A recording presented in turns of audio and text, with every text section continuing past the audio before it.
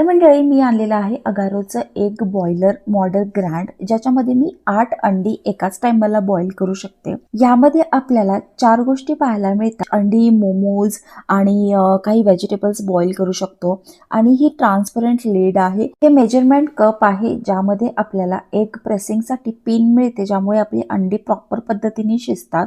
आणि बघा हे स्टेनलेस स्टील पासून बनलेले आहे। सेफ आहे for hygienic cooking, made of food grade material, can be used for making 3 boiling types like hard, medium, soft as well as पोच egg.